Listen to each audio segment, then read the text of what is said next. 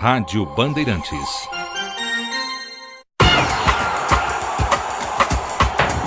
Boa noite pra você que é doido, obcecado, roxo, maníaco, pirado, maluco, alucinado, sem noção, tarado, fissurado, aloprado, louco, varrido, doente, fanático por futebol. Estamos começando o nosso programa com meia hora de entrevistas, músicas, filmes, hinos, livros, curiosidades do futebol do passado e do presente. Futebol do Brasil inteiro. Futebol é com a Bandeirantes. Ficar pronto.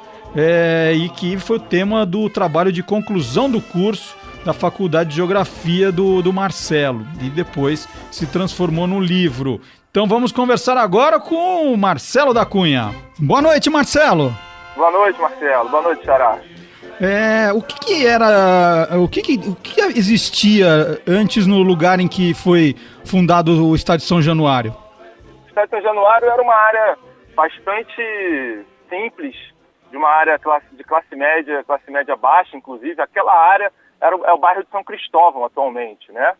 Que, na verdade, depois de uma manobra até de um vereador aqui do Rio de Janeiro, aquela área se tornou atualmente o bairro de Vasco da Gama, não é nem mais bairro de São Cristóvão. E o bairro de São Cristóvão era um bairro imperial, né? Onde a família imperial se alocou desde a chegada dela aqui no Rio de Janeiro em 1808. Só que é uma área de São Cristóvão um pouquinho mais afastada da sede, de fato, da família real. Então era uma área simples, uma área, digamos, ainda verde, né? Já que hoje em dia é muito difícil de se ter isso, devido aos grandes espigões que foram atacando a cidade de uma forma geral. Mas era uma área verde, uma área simples, de classe média, e caracterizada por essa nobreza que a família real conseguia impor naquela época. E o Vasco era dono do terreno? Já a sede do Vasco era ali? Não. Na verdade, é uma coisa bem curiosa. O Vasco tem uma história muito bonita nesse sentido. Na verdade, o Vasco comprou aquele terreno por ser justamente uma área um pouquinho mais barata do que as áreas da Zona Sul, do que nas áreas centrais da cidade, por ela ser justamente mais destacada, e foi uma compra através de doações de diversos sócios, na verdade, eu acho que nem seria legal dizer sócios naquela época. Diversos torcedores, diversos portugueses, descendentes de portugueses, famílias portuguesas, que doaram e fizeram uma campanha chamada Campanha dos 10 mil, que naquela época era uma campanha justamente para arrecadar dinheiro, fundos e construir um estádio. Porque naquele momento específico, o Vasco precisava, inclusive, de um estádio para poder entrar na associação de futebol e poder competir. Porque foi feito até um empecilho para que o Vasco pudesse competir, porque até então ele não tinha estádio.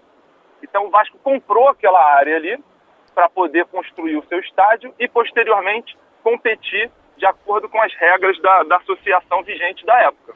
E aquela área justamente foi comprada porque era uma área mais barata, inclusive, e grande, né? Uma área ampla. Para se construir um estádio tem que ser uma área um tanto quanto ampla, né? Então foi mais fácil e mais rentável, mais barato para os sócios que juntaram esse dinheiro todo.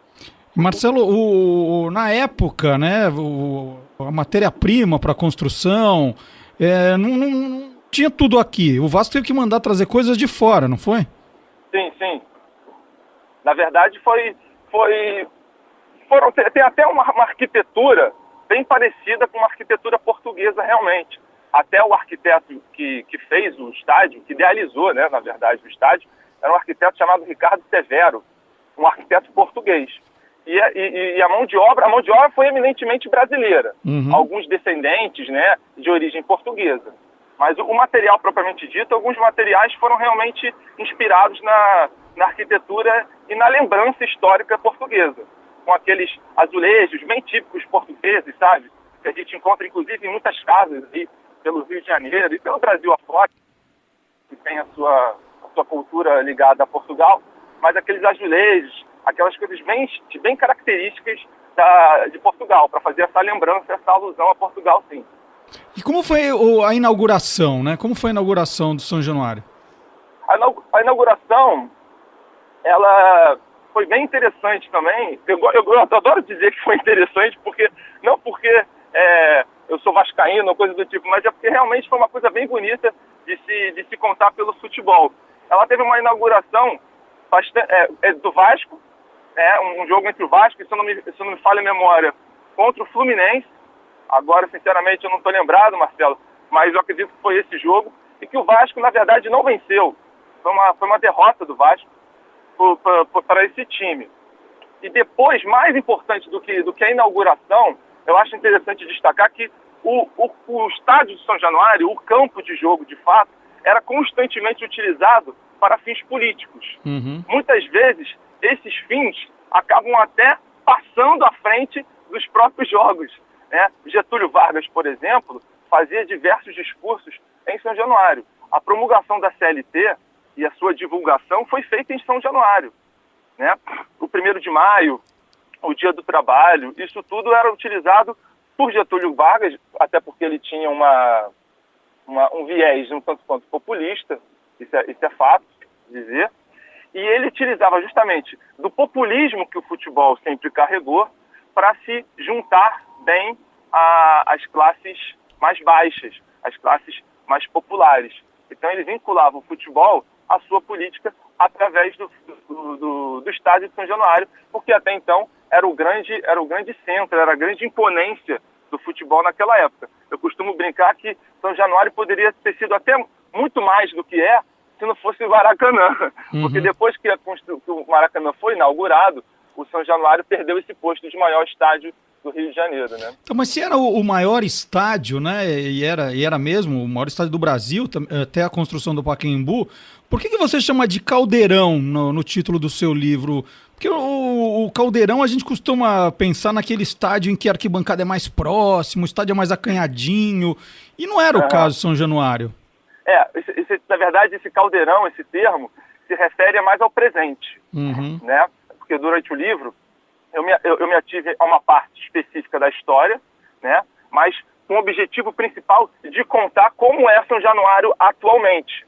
Na verdade, isso é um desenrolar histórico para alcançar um determinado fato presente. Então, hoje em dia, o São Januário é conhecido como Caldeirão, tanto que tem até o cântico da torcida do Vasco, que é São Januário, meu Caldeirão, porque, de fato, embora o estádio não tenha aqueles alambrados bem próximos, como La Bombonera, né? Ele é um caldeirão não só dentro das 4 linhas, ele é um caldeirão também fora das 4 linhas. Quem, por exemplo, já teve o prazer de ir a São Januário, sabe que fora do estádio, em dias de jogos, é uma ebulição só, é uma área que atrai. Isso, inclusive, eu bati muito nessa tecla durante o livro, que são conceitos que eu abordei, são conceitos geográficos, até porque esse livro, a origem dele é a monografia de final de curso da minha faculdade de Geografia. Então, eu abordei temas como fluxos e fixos, como centralidade, como espaço urbano, como símbolo. Então, quando tem jogos, em dias de jogos do Vasco, diversos fluxos vão para lá, né? Uma grande quantitativo de comércio informal, um grande quantitativo de carros que atrapalham o trânsito, que aumentam o fluxo de trânsito, questões de segurança, diversos tipos de ações e serviços que a prefeitura, inclusive, deve dar nesses dias, acontece. E aquele estádio é um caldeirão também pelo fato de que em volta dele é uma área bastante simples, é uma área com ruas, inclusive vielas bem pequenas. Então, quando esse fluxo de uma torcida tão grande como o Vasco vai para um determinado local para assistir o seu jogo, aquele efetivo se faz um caldeirão dentro do estádio, mas fora dele, todo aquele entorno, aquele bairro, também se transforma num caldeirão. Certo. Queria agradecer a entrevista do professor Marcelo da Cunha, professor de Geografia e Educação Física, que escreveu o livro São Januário, um caldeirão no centro do bairro. O livro pode ser encontrado onde, Marcelo? Então, Marcelo, na verdade esse livro atualmente está disponível só numa editora virtual, que é www.clubedosautores.com.br. Lá você acessa o site, já deve, se não aparecer logo na primeira capa do site o livro, é só digitar na procura do próprio site, São Januário, e você rapidamente vai poder adquirir o livro. Então é www.clubedosautores.com.br. Muito bem. Tá dado a dica do Marcelo da Cunha. São Januário, um caldeirão no centro do bairro. Muito obrigado pela entrevista. Boa noite. Nada, obrigado, Marcelo. Boa noite.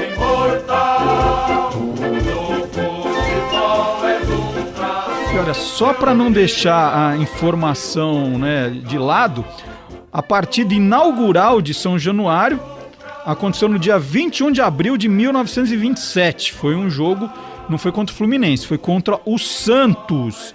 O Santos ganhou de 5-3 do Vasco. O primeiro gol do estádio foi marcado pelo santista Evangelista aos 20 minutos do primeiro tempo.